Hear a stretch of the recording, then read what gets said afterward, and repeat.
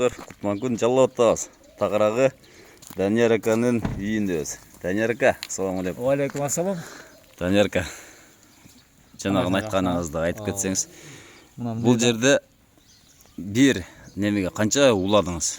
Канча бичир салдыңыз? Бул жерде так 7 түрлүү бир шаптоолу өзү. 7 түрлүү шаптоолу бүчүрүн салгам да. 7 түрлүү. Ошондо бул кандай болот? Ошондо Бунун бири бышканда бири токтоп. биринин артынан биринчи пыша турган путагы бунун. Майдын мына путак менен мына путак майдын 15-ине пышып түгөнө турган сортту. Ал эми мына жерде мына путак турат. Мынакей тыйыштырылган жери өзү бүчүр салынган жери көрүнүп турат мынакей. Бул путак менен мына жердеги путак мынакей. Мына ийип турган путак. Булар июнда пыша турган сорт. Бул июнда пышат. Июнский. Ал эми мына жерде мына путак турат мына. Мынакей. Муналар мына эки путак августта пыша турган сорт. Булар августта пышат. Августта пыша турган сорттар.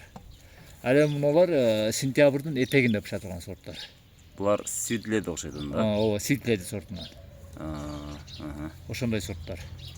Мына туугандар эрте жаздан баштап күзгө чейин бир эле шабдалдан ар түрдүү мөм алса болот экен да. Ооба.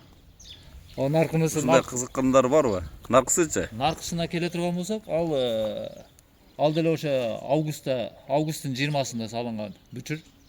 Ал деле 5 түрлүү. 6 түрлүү сорт ал. Ошондо жай бою шабдал жей берет экенбиз да бир бутагынан, Кудай кааласа.